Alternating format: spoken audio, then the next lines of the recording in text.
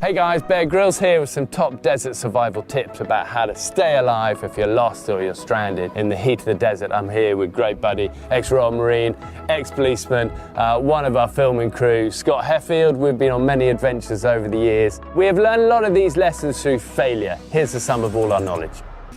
They are brutal, unforgiving wildernesses to be, and I don't know what you think, but I reckon out of all the places we go, jungles, deserts, mountains, the real hot deserts are going to kill you faster than anything. Number one, go hungry and conserve water.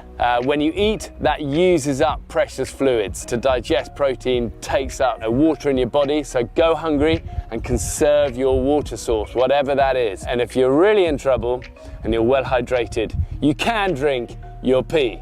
But we're going to tell you why a bit later. Sounds obvious, but don't travel during the daytime. 120, 130 degrees, maybe early morning and late evening, but rest up during the day, find shade, and just try and travel in the late evenings or at night time if you have to move at all.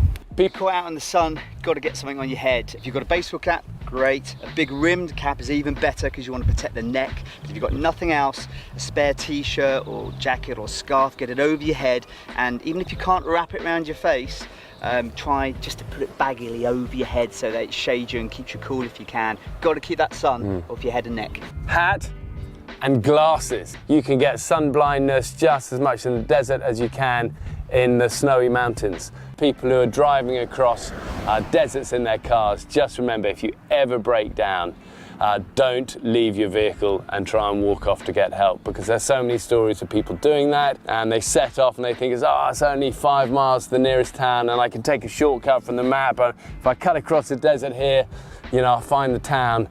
And they totally underestimate how debilitating the real heat is. And then, they either are never found or their corpse is found, days later. I get a bad rap for somebody who drinks their own pee. Does follow me around, But generally, you don't want to be drinking pee because pee is waste product. And especially if you're dehydrated, if you're peeing out, dark yellow, brown pee, that's pure waste product. It's not going to help you. But if you're stranded in the desert and you're well hydrated, you've got to conserve all forms of water source. And you might have a bottle of water and a well hydrated bladder, and therefore don't just be peeing that away. You can mix it with your other water sources. But well hydrated pee mixed with other fluids as well, if you're hydrated, can help to keep you hydrated. So there you go. There's a definitive thing on pee drinking things. I'm not one of these people who does have health benefits. But if you're stranded in the desert and you've got nothing else, and you're hydrated and you're desperate, drink your pee, save your life. Well, on that lovely note, welcome to Damascus Road this morning. We are not, just to be clear, advocating that you drink your pee. There's a lovely hospitality table outside. Please feel free to go get tea and coffee and cocoa. But what we can learn from this, if you've lived in the desert for any amount of time, but especially in the summer, the desert is truly such an intense place. There's very little water. Everything is pokey because it doesn't want you to steal its water. It's trying to take your water from you. It's very, very intense. There's a lot of scarcity. There's a lot of heat. It can be debilitating to be in it for too long. But as we go and continue our Holy Places series this morning, we are talking about the desert places, the dry places. So what can this teach us? We've learned about the deep places, about the mountaintops, but what can these dry places, these places where it is a viable and maybe even necessary option at times to drink your own pee, where can this teach us in our relationship with God? So Tyler will be getting into that in just a little bit this morning. But I have a couple of announcements to start with. First, I want to make everyone aware of service opportunities we have within Damascus Road. You might have noticed that our church is very built on its team of volunteers serving. So if there is a new area of service that you're interested in, if you aren't serving right now and you want to use your gifts and your talents in order to help communicate God's word well on a Sunday morning, there's so many different ways that we can do that. So some specific areas of need that we have right now are instrumentalists. So if you play an instrument of any kind, guitar, keyboard, trumpet, whatever, cowbell, we'll figure it out. But if you play an instrument, if you're interested in helping drive the truck to help transport our supplies, obviously this is not a space, this is a university space and not our own, so we need to bring our stuff back and forth each week. DR Kids could also use more volunteers. You've probably noticed the little cohort of babies that were born in this past year, and eventually they will need to go into DR Kids, so we could use more workers serving with them as well. And finally, if you are interested in hospitality, we would love to have more people helping bring delicious baked goods, helping prepare, the tea and the cocoa and the hot water, so that we are not resorting to drinking pee at church. So we don't want to get there. If you're interested in serving in any of those areas, feel free to mark that on your communication card later during reflection, or feel free to come talk to any staff member. You can come talk to me, and we will talk with you about what area of service might work well for you. Next, on the note of hospitality, just a reminder, so the cups outside for hospitality, the lovely Starbucks cups that Sydney and Will provide us, those are reusable, which is awesome, but please do not throw them away, because otherwise we have to fish them out of the trash can, and that sucks. So if you got a cup outside from hospitality, don't put it in the trash, and make sure before, at the end of service, don't just leave it out. Make sure you go dump it out and put it in the bin that's outside on the hospitality table so that we can keep reusing those week to week. So just a reminder for that. And finally, there is a trivia night for students, and whoever is interested this Thursday. They're waiting on confirmation, but it will likely be here in ENR2 on the 5th floor. So just a fun game night for people if you're interested in trivia, if you want to hang out, just something that you can do and invite friends to this week. So I encourage you to come to that. If you want more information about it, please feel free to reach out to Devin, who's raising her hand over there, and she can get you more information and confirm the time. And before we go into the message this morning, I just want to give a reminder about offering. Offering is something that we leave a space to remind people of every week. So in terms of logistics, there is a basket in the back, and you can give through Church Center. So you can scan the QR code, and that gives you a way to do it there. You can set up direct deposit. But just a reminder of how offering helps to form our souls, and it helps us to push against this mindset of scarcity. So many things in the world are kind of treated as you can have this or this or this or this, and in very much a zero-sum game. But we know that God is abundant. God helps us to push up against the narrative that there's not enough resources, that there's not enough, that we can't share, that we can't be generous. And those are lies. So giving helps us to recognize the generosity and abundance of God in everything that we've been given and everything we do. So I encourage you, if you are interested in giving and you want more information about it, you're welcome to talk to Brad, who will be up for communion, or talk to a staff member. But that's just our reminder for offering each week. But let me pray and invite Tyler up to speak and tell us more about dry places this morning. Lord, thank you for this opportunity to gather as your church this morning, for the beauty of this community and this space where we can learn more about your word, where we can worship you, God. I pray over the words that Tyler has prepared, and I pray that you just help us to meet you in these dry places and what that means and how those dry places are important in our spiritual formation, God. We love you, Lord, in your Son's name. Amen. Morning. Good morning, everybody. So how do you think you would do in the desert? Did you need those survival tips from Bear Grylls in order to make it through? Now, obviously, we all managed to live just fine in the desert. As we are now into week 3 of our series, Holy Places, this is the one that we're all the most familiar with easily. This isn't like oceans, where we have to drive 4 hours at minimum to get to an ocean. This isn't like mountains, where we can see mountains, they're all around us, but you still got to drive an hour or so to get to those. No. Unlike those holy places, we don't have to go anywhere to get to a desert. We live there. Now, I have lived in Tucson year-round since I graduated from the U of A in 2013. So that's 10 years and 10 summers in the desert. Yeah, I guess I'm getting a little old now. But from my time in the desert, from spending hundreds of days sitting outside on the U of A Mall at the water table, from going on hikes in the Tucson desert and in the sun, to just kind of getting ready to just depart the safety and security of the air-conditioned home to just go to Costco. I've have my own set of some desert survival tips. Okay, tip number 1, put on sunscreen. Just do it. Are you worried about wanting to get a nice tan? Well, forget it. You're not going to look nice and tan like a wonderful Costco rotisserie chicken. You're going to look like a tomato and just be beet red. Let's be honest. That's not how this works in this desert. And also skin cancer, that's something to worry about. So wear sunscreen and don't forget to reapply it. Tip number 2, get a hat and some sunglasses. I had this one first. Bear Grylls stole that one from me. Now maybe on that, you're like me, and the hair on the top of your head is just not quite as thick as it used to be, so then I encourage you to wear a hat before you have to experience the pain of a sunburned scalp. And also that desert sun is bright, so don't forget your sunglasses. I have accumulated a stockpile of free sunglasses. So many people are just giving them away on campus. So if you're a student and you're up for talking to every credit union or apartment complex or just those people that are trying to recruit college students to sell knives for some reason, if you just go talk to those people, you can probably get all this free sunglasses that you need and that will last you for years or at least a year, depending on how quickly you lose them. Okay, tip number 3, don't drink your pee. Just buy a good water bottle and take it with you everywhere. And then stop by our water table and refill it frequently. That's why we're out there. Refreshing. And that's it. That's how I survive August days, sitting outside in the heat, trying to meet new people on campus and invite them to church or board game nights or trivia nights, whatever thing we got going on. But I know I am preaching to the choir. We all have our metal, vacuum-sealed water bottles filled to the top with ice-cold water. I see dozens of them out there. We're good. We got our sunscreen, and we know to reapply it every few hours. And on our way out of the house, we grab our hats, we grab our sunglasses. I know it. We're good. And most of all, we know the key survival tip to getting through the Tucson desert. And that's just to stay inside and never leave the air conditioning, right?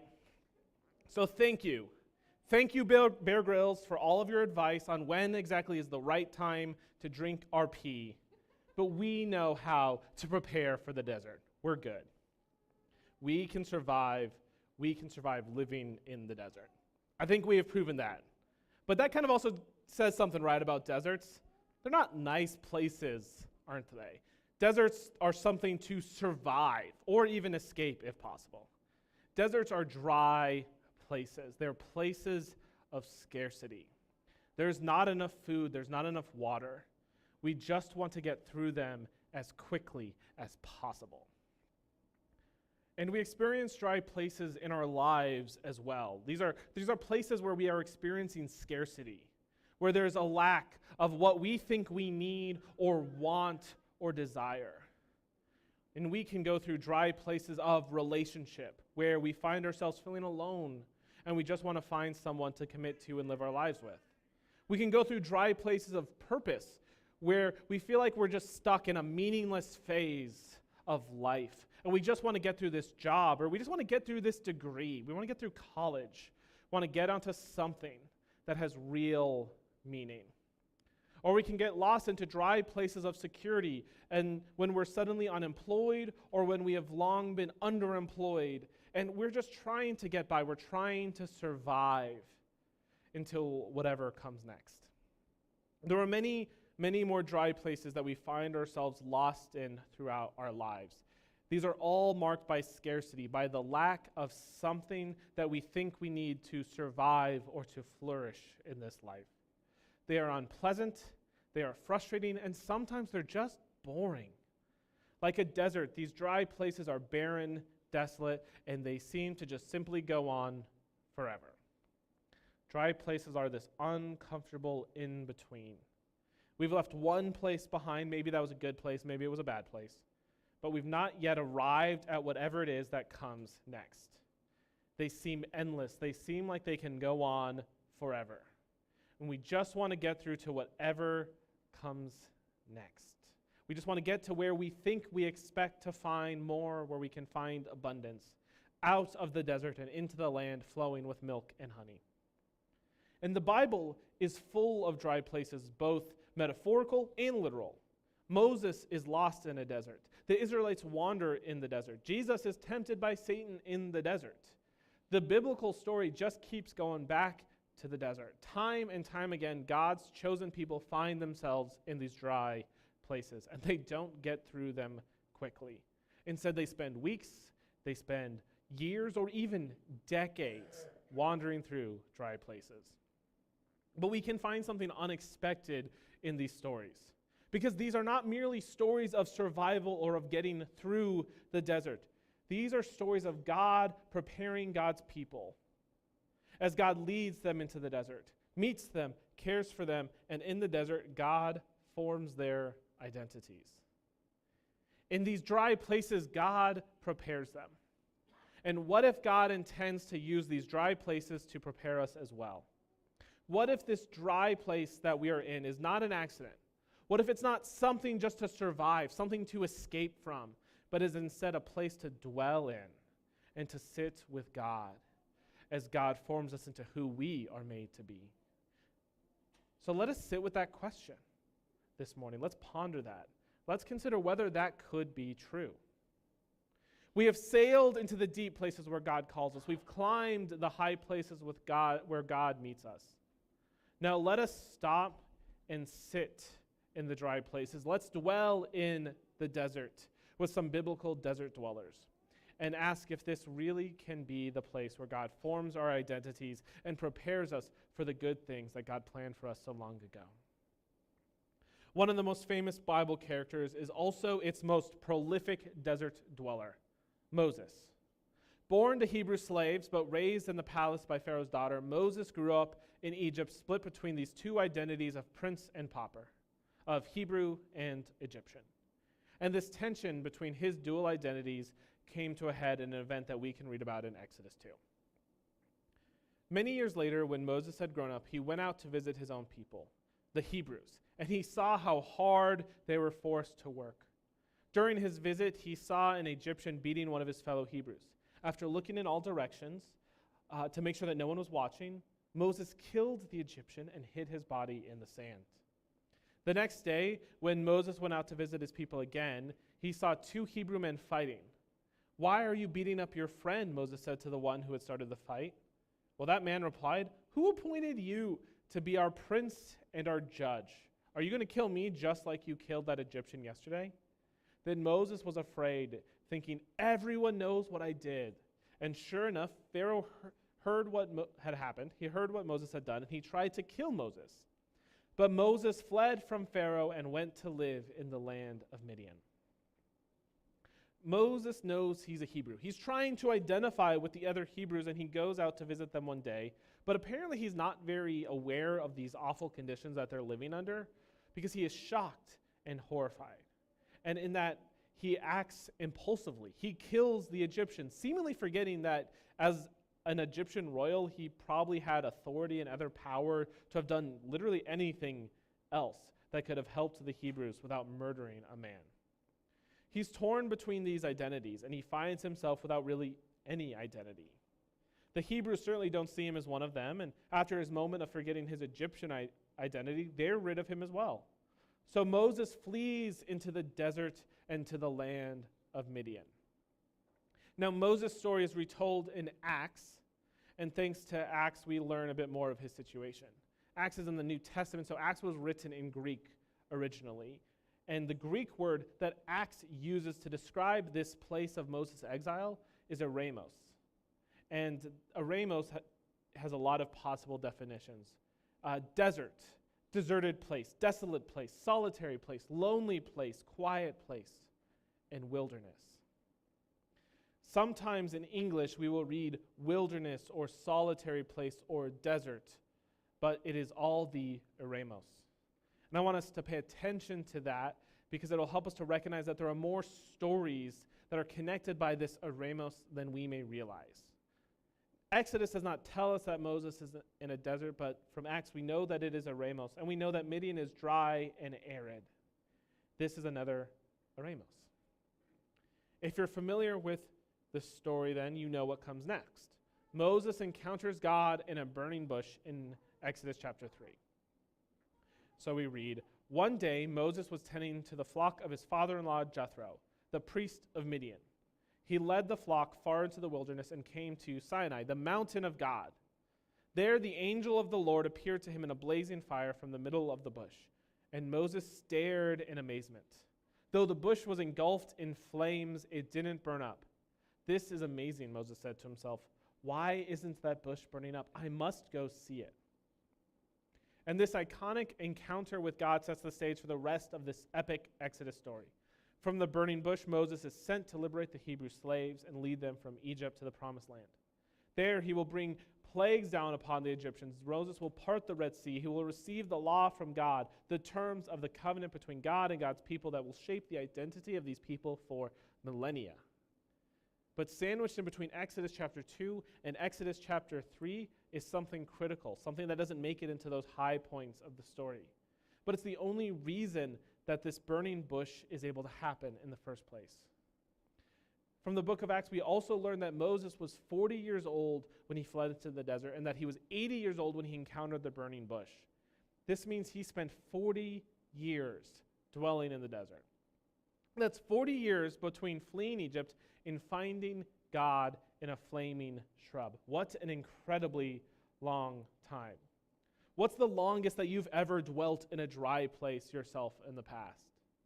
Based on a quick scan of the room, many of us are not old enough to have spent 40 years anywhere. But Moses spends 40 long years in the desert, in between his past in Egypt and the great purpose that we know is in store for him. In this time, God is preparing Moses. In Exodus 2, Moses is impulsive and reactive. He acts quickly and he murders the Egyptian without thinking. In Exodus 3, Moses comes through the desert to Sinai, the mountain of God, and he sees the bush that is burning with fire but that is not being consumed. Consider how long would it take for that fire to consume the bush. It would take some time for the fire to consume the bush and some time to notice that it wasn't. In the middle of the desert, Moses had to stop, and he had to watch the burning bush to realize something amazing was happening. What patience to be able to stop and to slow down and to notice something so spectacular. Furthermore, in Exodus 2, Moses is rejected by the Hebrew man that he tried to help, who asks him, "Well, who appointed you to be our prince and judge?" And then 40 years in the desert later, God declares to Moses, "I am the God of your father, the God of Abraham, the God of Isaac, the God of Jacob. Now go, for I am sending you to Pharaoh. You must lead my people out of Egypt." If Moses were to run into that man who challenged him with if Moses were to run back into that man, the man who said, "Well, who made you the boss of us?" Well, Moses can now say, "Yahweh, the God of our fathers, put me in charge." From reactive to patient, from rejected by the people to chosen by God, Moses' identity is formed in the desert. He is prepared by God for a holy mission in the Ramos over many, many years of waiting and dwelling in the silent, unglamorous, glossed-over dry place. However, Moses' time in the desert does not end here, because after God liberates the Hebrews from slavery in Egypt and claims them as the people of Israel, Moses leads the Israelites to the land that God had promised them, and it is wonderful. It is described as a land flowing with milk and honey. It is everything we hope for after wandering through a dry place, but it's also full of people. And God's people are scared of those people. Surely these people will wipe them out when they try to take the promised land. And they lament, if only we had died in Egypt or even here in the wilderness. They are not ready to move forward, so God gives them what they want. God declares that they will not enter the land, but instead you must wander the wilderness for 40 years. Yes, another 40 years of dwelling in the desert for Moses. But this time he will be joined by the whiny, demanding Israelites. Obviously, no one's pumped about this idea of wandering in the desert for like another 40 years. So the Israelites turn about face, and suddenly they decide, no, actually we are ready. We're ready to enter the promised land. Just kidding. And they declare, let's go. They said, we realize that we have sinned, but now we are ready to enter the promised land that the Lord has promised us. But Moses said, why are you now disobeying the Lord's orders to return to the wilderness? It won't work. Do not go up into the land now. You will only be crushed by your enemies because the Lord is not with you. When you face the Amalekites and the Canaanites in battle, you will be slaughtered. The Lord will abandon you because you have abandoned the Lord. Moses knows this is a bad idea. He knows God will not be with them now as they try to take the promised land because they are not ready to move forward. Not only did Moses need a new identity, the Israelites needed new ones as well after living as slaves to the Egyptians for generations. After all of that trauma they have suffered as a people, they need time in the dry place before they are ready to move forward. So God sends them back into the desert, into the Eremos, because they need to dwell in the desert. And the next 40 years for the Israelites are not easy, but they are vital. In the desert, they struggle with scarcity again and again. There's not enough food in the desert. There's not enough water in the dry place. There's simply not enough in the Eremos. At least there wasn't enough for them to get through it on their own. For when there wasn't enough food, God sends manna, a miraculous food from heaven that sustains them. When there's not enough water, God instructs Moses on how to release water from a rock. When enemies try to take advantage of their weakness and attack them, God gives them enough strength to win their battles. Time and time again, when faced with scarcity in the desert, God provides enough. All of this time, God used the scarcity of the desert to remind the Israelites to slow down, to wait, to depend on God. And God was preparing them for a time when they will leave the dry place, when there will be enough. And before they finally enter into the promised land, 40 years and a generation later, in his final message to them, Moses warns them, do not forget your time in the desert. But that is the time to be careful. Beware that in your plenty, you do not forget the Lord your God and disobey his commands, his regulations and decrees that I'm giving to you today. For when you have become full and prosperous, and when you have built fine homes to live in, when your flocks and herds have become very large, and your silver and gold have multiplied along with everything else, be careful. Do not become proud at that time and forget the Lord your God, who rescued you from slavery in the land of Egypt. Do not forget that he led you through the great and terrifying wilderness with its poisonous snakes and scorpions where it was so hot and dry. He gave you water from the rock. He fed you with manna in the wilderness, a food unknown with your ancestors. He did this to humble you and to test you for your own good. He did all of this so that you would never say to yourself, I have achieved this wealth with my own strength and energy. Remember the Lord your God. He is the one who gives you power to be successful in order to fulfill the covenant he confirmed with your ancestors with an oath. Moses is pretty much turning to the Israelites and saying, hey, here are my survival tips for you in the land of plenty. Moses is more worried about their flourishing, their success, their ability to survive, not in the desert, but now in this place where there will be enough. Do not forget. That is his tip. Do not forget. Remember the dry place. Remember the desert. Moses isn't worried about when to drink pee. Moses is worried about when to remember, to not forget. You may be in a dry place now, but don't be in a rush to get through. Meet God in it now. In its scarcity, see God's provision. And when you get through it, remember how God met you there. Remember that tip from Moses, how to survive in the land of plenty. Because in the desert, scarcity reminds us to slow down, to wait, and depend on God. Remember. Moses spent 40 years in the desert before God called him from the burning bush. Then he spent another 40 years wandering with impatient, disobedient Israelites. And all of this time was important time as God was forming them and meeting them there.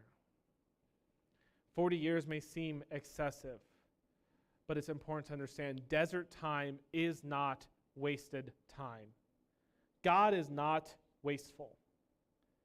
Although those 40 years may seem like a lot, that was the time it took for God to form their identity and as God's people. It was that time it took for them to respond to God, to prepare for the promised land.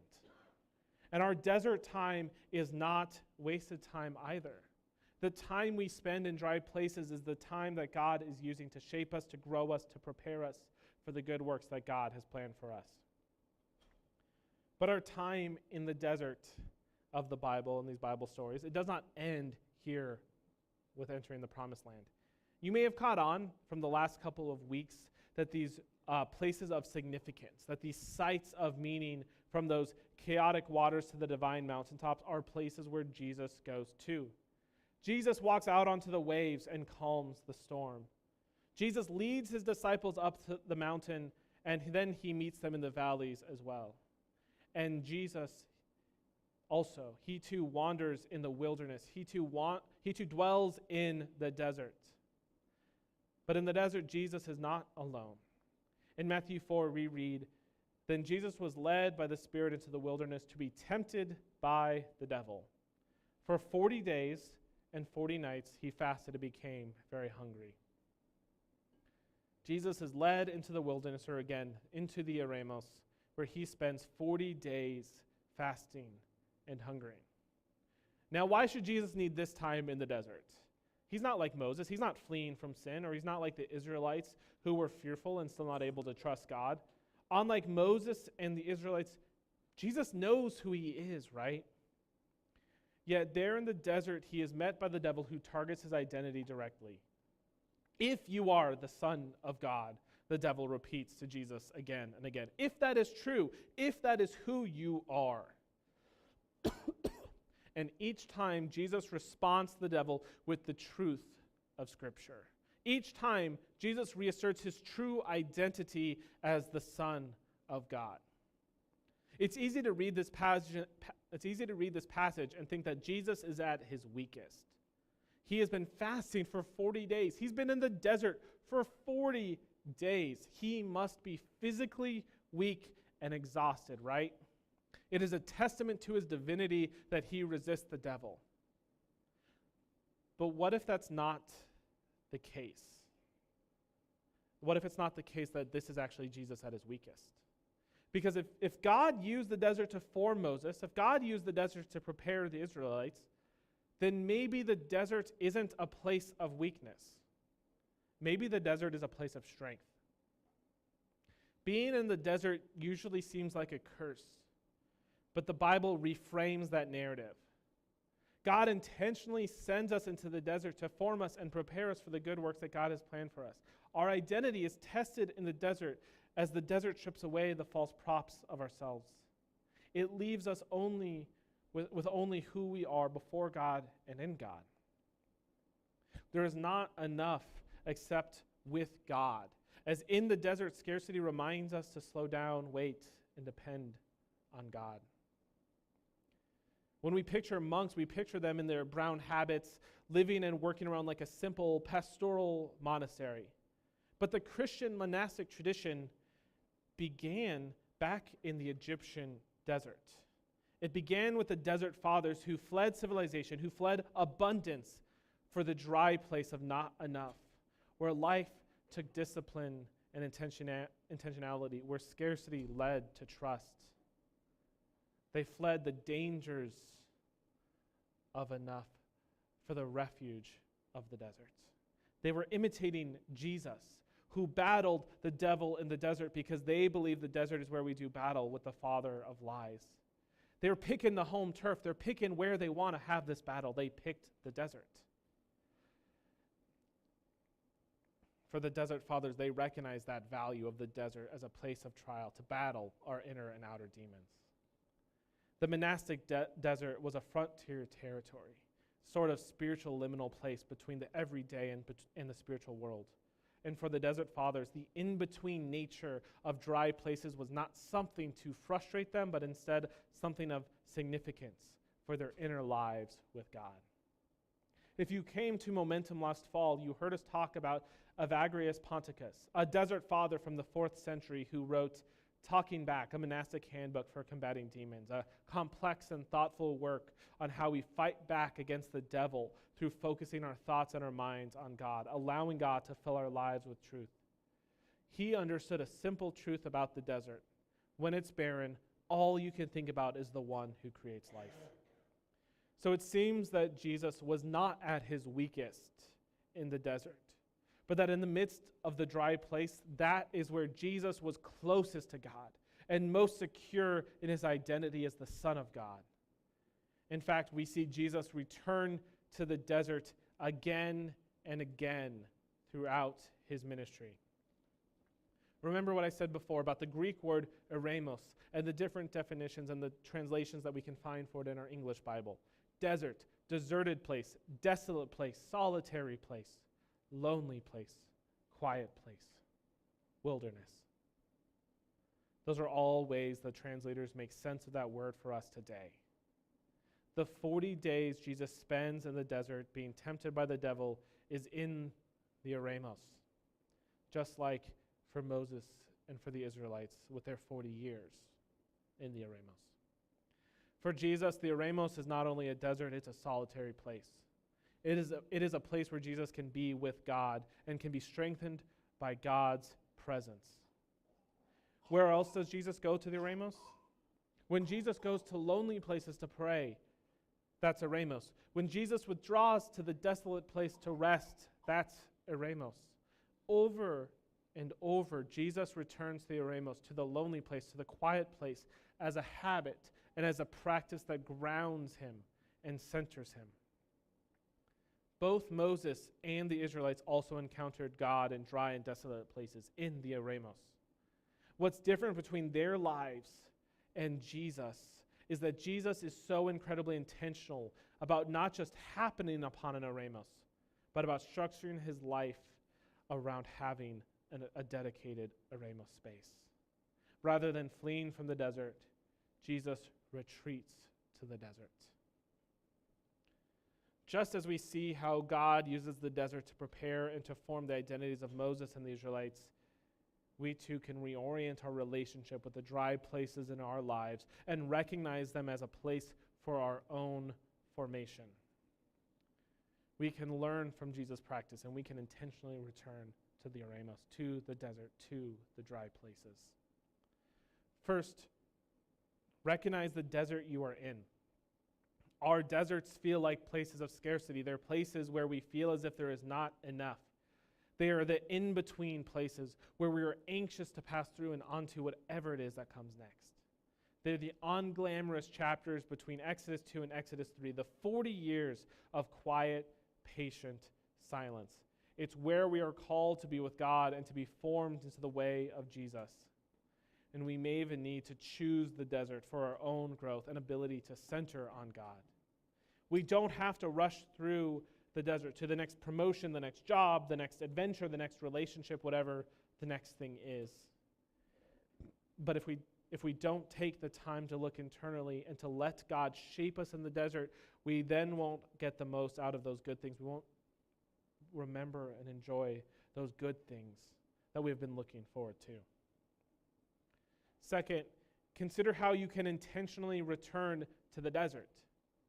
Jesus repeatedly went into the eremos. What would it mean to intentionally enter into a dry place? For example, what would intentional singleness look like? Now, I'm not encouraging anyone here to break up with your girlfriend or to divorce your husband so as to enter into this desert of singleness. But what if you find yourself rushing from relationship to relationship, constantly feeling dissatisfied? Or what if you have found yourself dwelling in this desert, feeling barren and alone? I invite you, instead of trying to rush out of your dry place, to instead sit in it and dwell in it. Make it intentional. Commit to a season of singleness. Let it be a place of formation as you wait. I mean, sometimes really there's not much you can do about the scarcity of people to date in your life, so you might as well just make it part of the plan.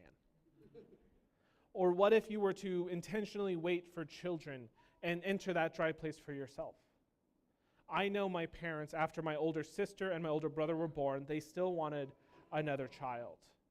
They did not mean to wait like the 6 years that it was between my brother and me, but no child came when they tried and when they planned sooner.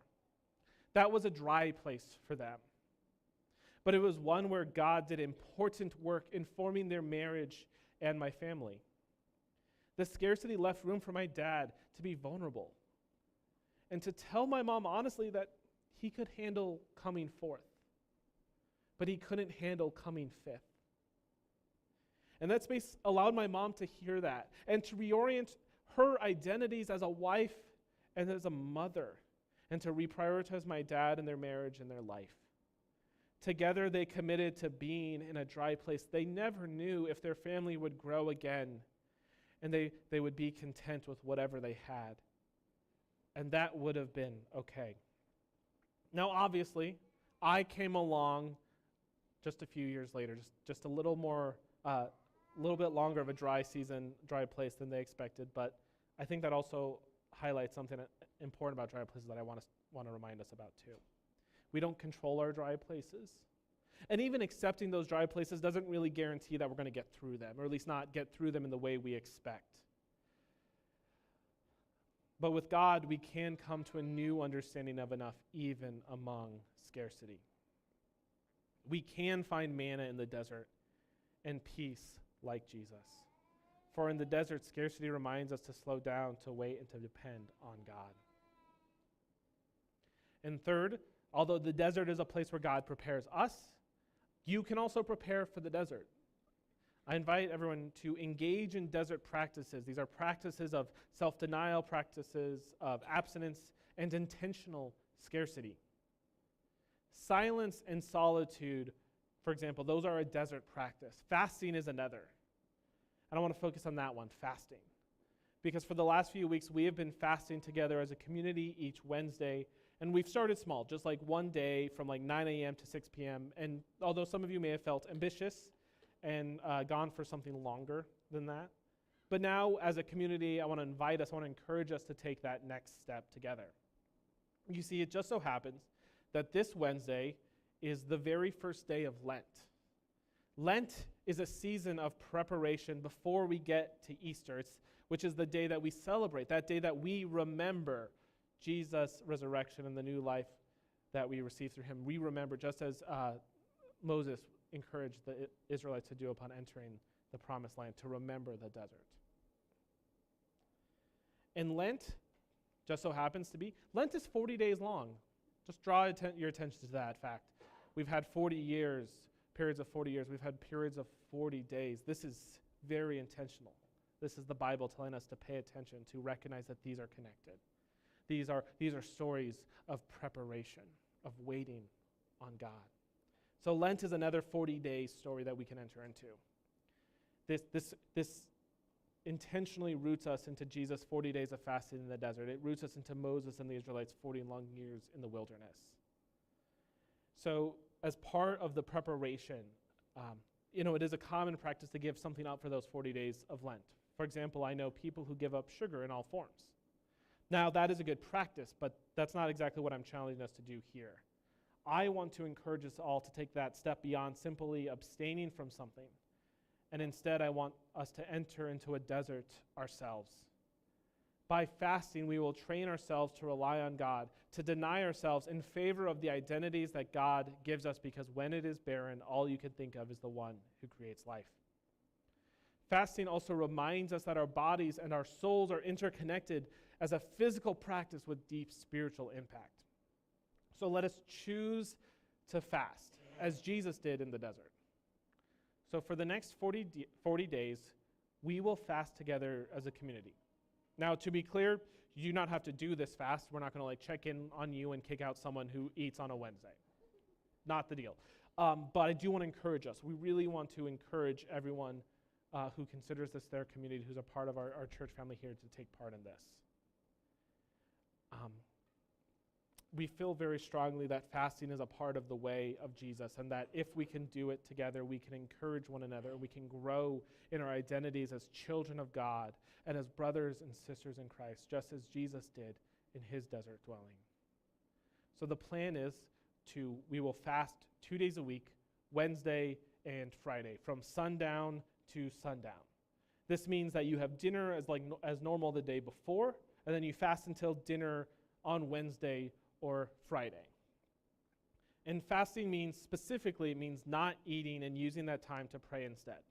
Now I understand there's a number of health reasons, or eating disorders, or we have nursing moms who not eating for a full day would be a concern, and that's fair. I want to create space for that, and one of the recommendations is instead perhaps you can try a Daniel fast instead, where you still eat, you just focus what you eat and imitate what Daniel does in chapter 1 of his book, and you eat only vegetables and you drink water instead of your normal meals. My wife made an absolutely delicious vegetable soup for Catalyst this year, and I bet if you ask her, we can get her to share that recipe. If that might help you ease into the Daniel fast. And if you need another alternative, perhaps you're not ready for that full day, consider fasting for one meal each day. Fast for lunch and dedicate that time to prayer instead. Ultimately, the goal of all of this is growth and faithfulness, not perfection. And also I want to encourage us, it's hard to be hungry alone. I know I can get hangry when my stomach is gnawing itself, but somehow I think it makes it a little easier to know that I'm doing it with other people. So we've made a church center group that just exists for us to be fasting together. So please join it. The QR code will lead you right into it.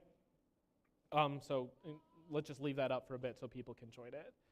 But this group will be something that we can use for sending each other messages, to send each other encouragements while we fast, and also a place for us to just pray for each other, and then to make plans let's break the fast together. Be hey, it's Wednesday night. Who wants to go grab sushi or tacos or whatever? Let's go get burgers. Let's break the fast together.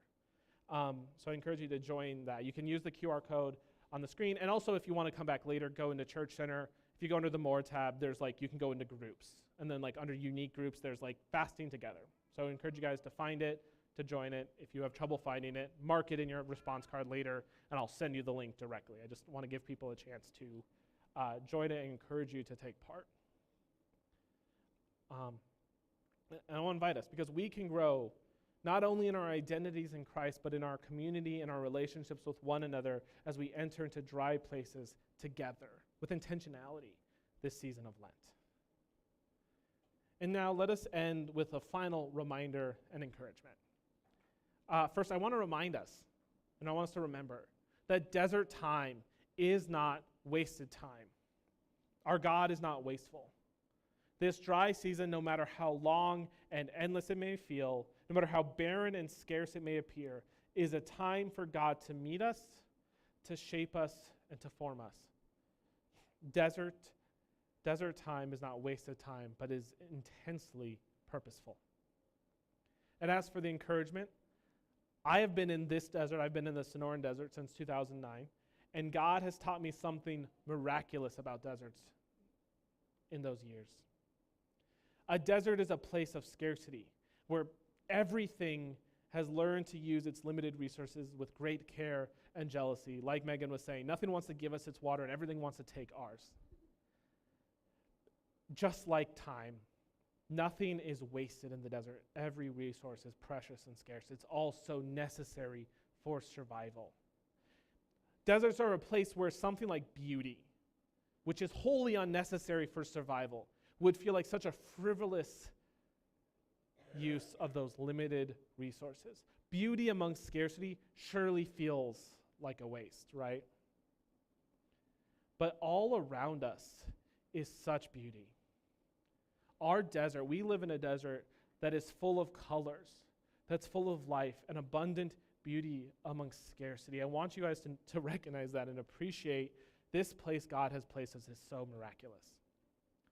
The beauty of the desert is pure gift, and it is a reminder of God's goodness.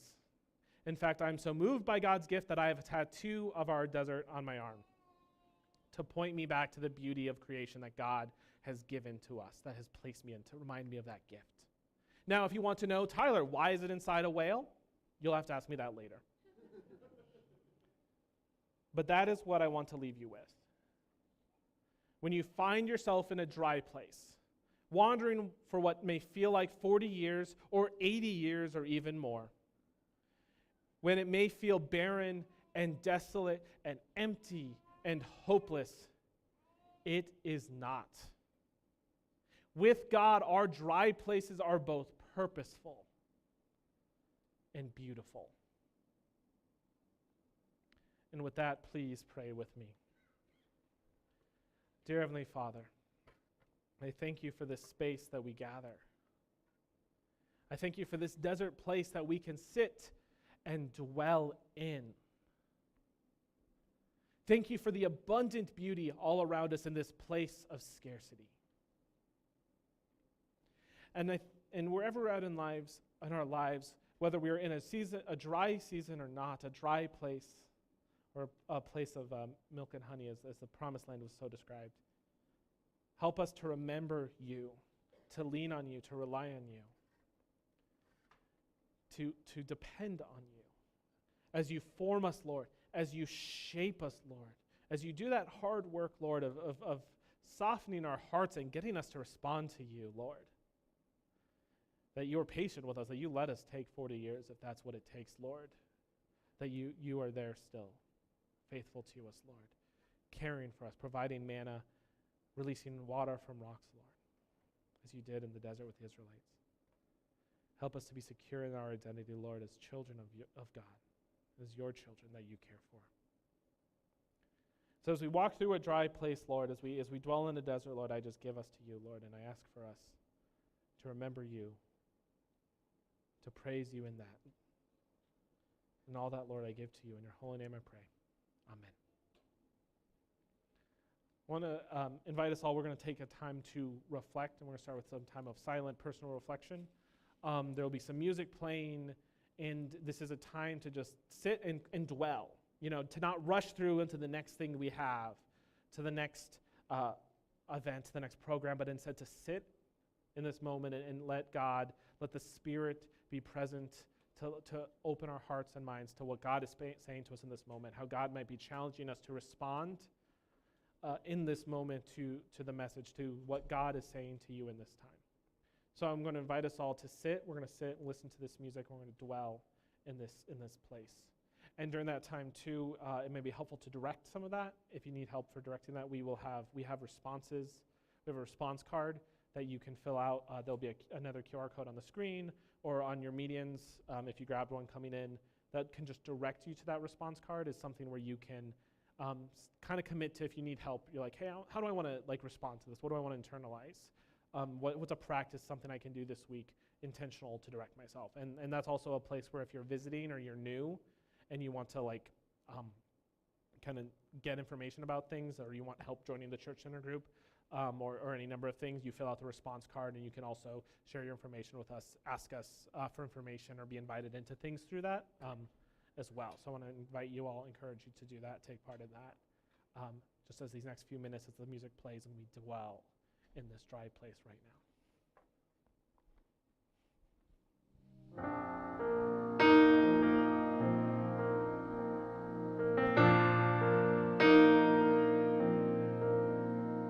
Oh Lord, would you open the heavens? Oh Lord, come and make all things new. And I will keep watching and praying as my soul longs only for you. So I'm gathering wood for the fire, and I'm filling my lamp with the oil. Oh Lord, in the season of waiting, let my heart burn only for you. So wake me up from my slumber, God. Fill my heart with your fire, God. 'Cause I wanna burn, I wanna burn for you. Wake me up from my slumber, God. Fill my heart with your fire, God. 'Cause I wanna burn, I wanna burn for you. I know you will come like you promised. I know you will come like the rain. So I will keep watching and praying as my soul longs only for you. And I'm gathering wood for the fire, and I'm filling my lamp with the oil. Oh Lord, in the season of waiting, let my heart burn only for you. Oh, let my heart burn only for you. So wake me up from my slumber, God. Fill my heart with your fire, God. 'Cause I wanna burn for you. So wake me up from my slumber, God. Fill my heart with your fire, God. 'Cause I wanna burn for you.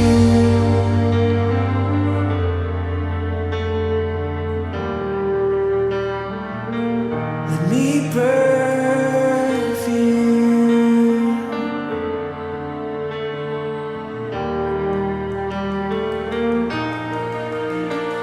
So I return to you, 'cause you are my first love.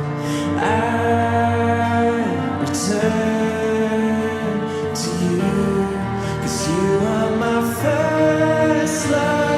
I return to you, 'cause you are my first love.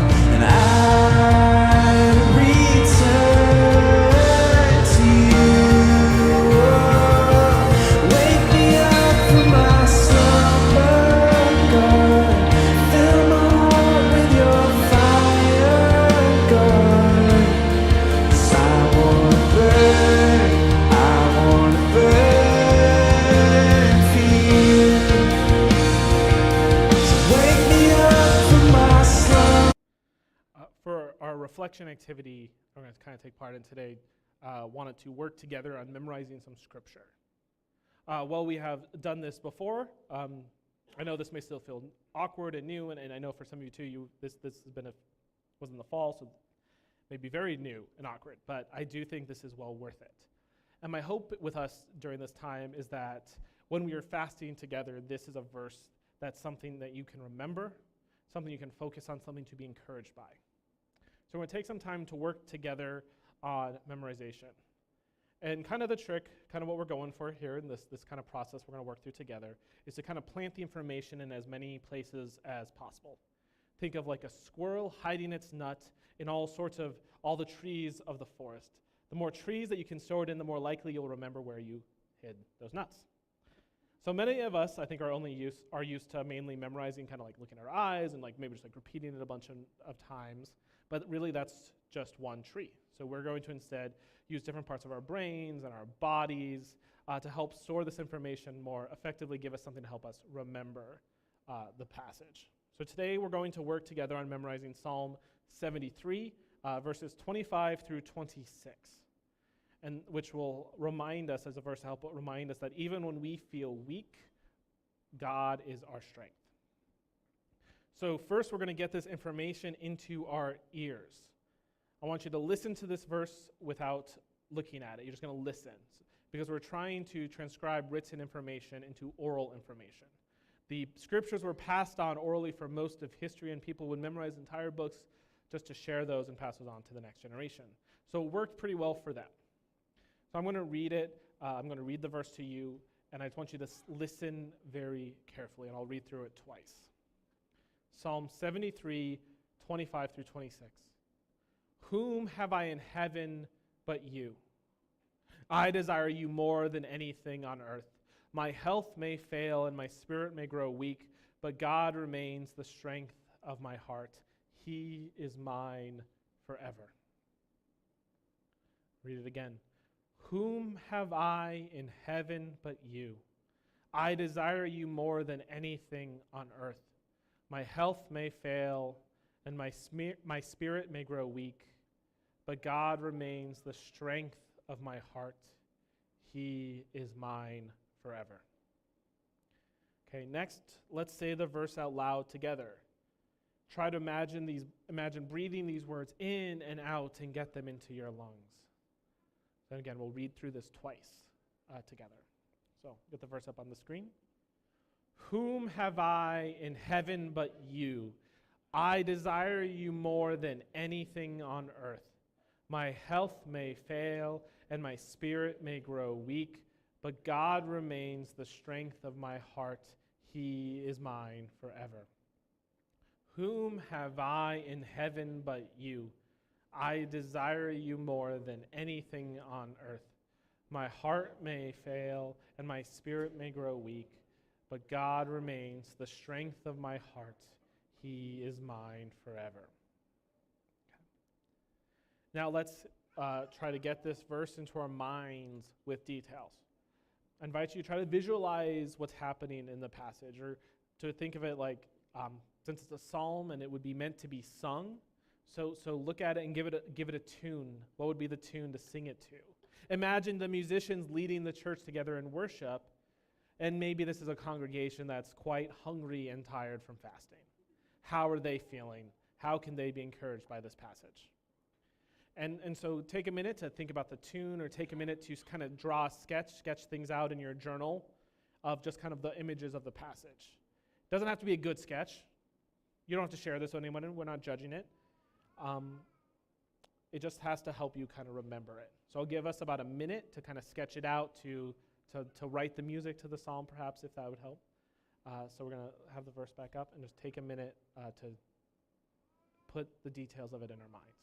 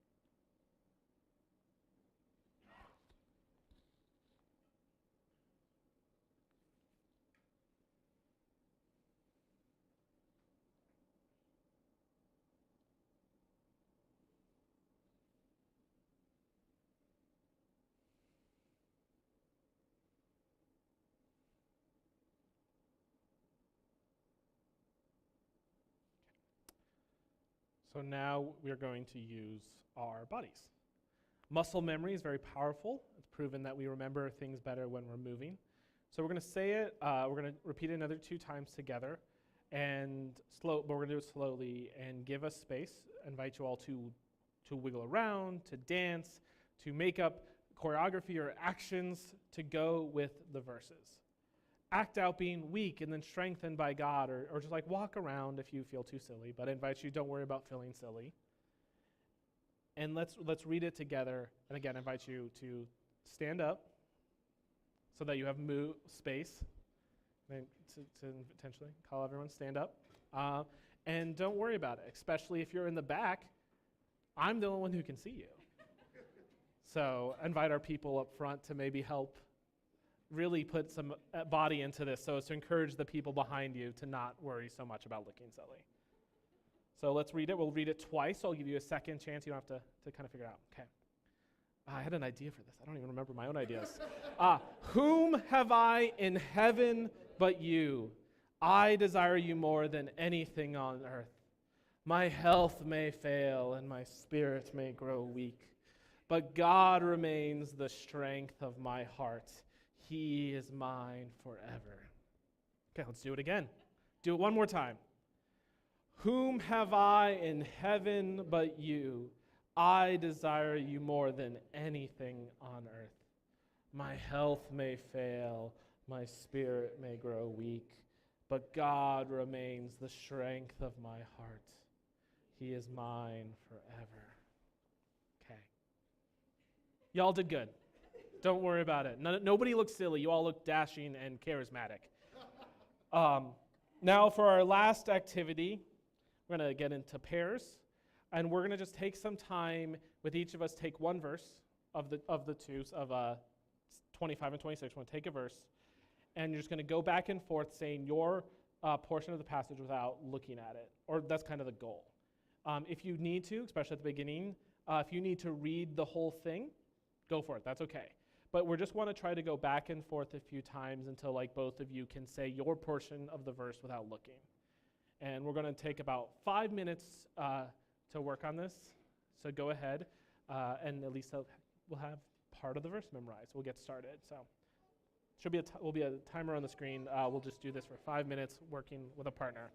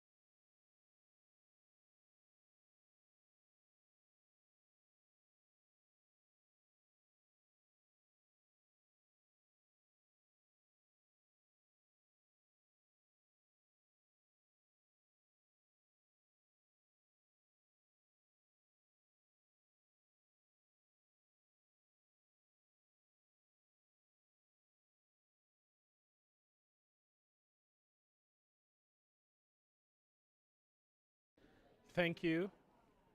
Cool. Thank you, everyone. Cool. Thank you, everyone.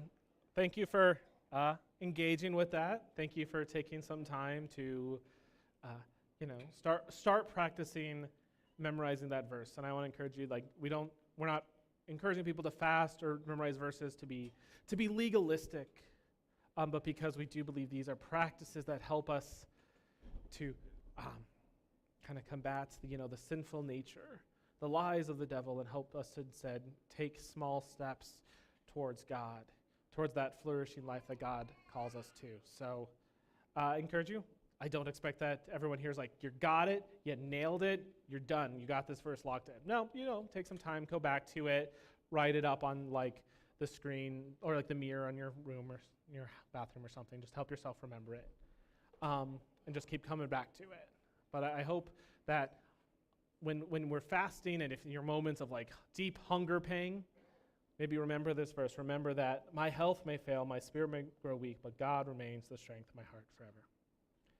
So thank you all for engaging with that. Brad's going to come up, and we're going to move into a time of communion, but let me pray for this time. Dear Heavenly Father, thank you for the scripture you give us to feed us.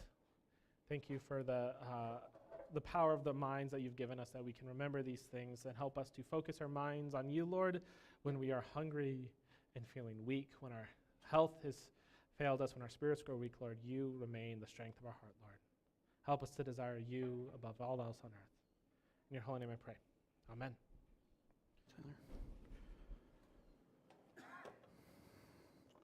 Tyler. All right. I'm going to do abbreviated version of communion. I listen to sermons. Bridgetown is a great church. If you want to listen to a sermon in your spare time or in your listening, that is a good one.